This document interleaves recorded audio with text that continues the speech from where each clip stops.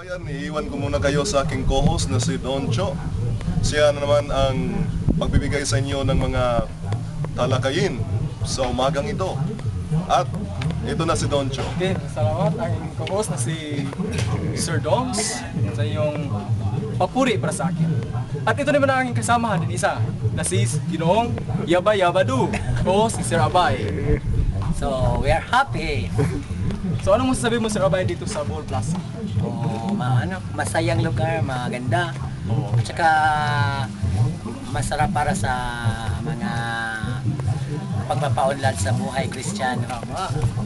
At saka ang mga accommodation ay magaganda, di ba? Oh yeah. Tayo ay meron silang magagandang trato sa atin.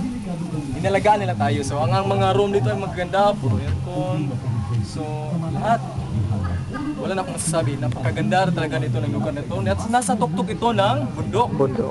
So, ang layo, no? Ang layo sa Kabiasnan or sa syudad. Kahit malayo sa kabihasnan, Maganda pa rin. maunlad pa rin ang lugar na to. So, ito ang kanilang mga garage. Dito, dito nila pinaparking yung mga sasakyan. So ito yung siguro mga tourist dito ay sasakay. Then mga higit kumulang marami ang maipapasok dito. Dito naman ay ang underground. Ang lower underground. So dilim. Okay? Then ito ang mga van na pwedeng kayo ay pipikapin mula sa katedral at papunta dito sa Bowl Plaza. Ito ang inyong tangke sasakyan. Then, yun ang kanilang mga tangke. So, servo ng mga tubig, mga dorm sa mga employees.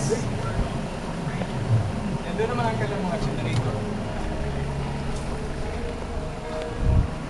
So yan ay bawal tayo dyan kasi malakas ang voltahe. So iwas na yan, keep out. Cut muna.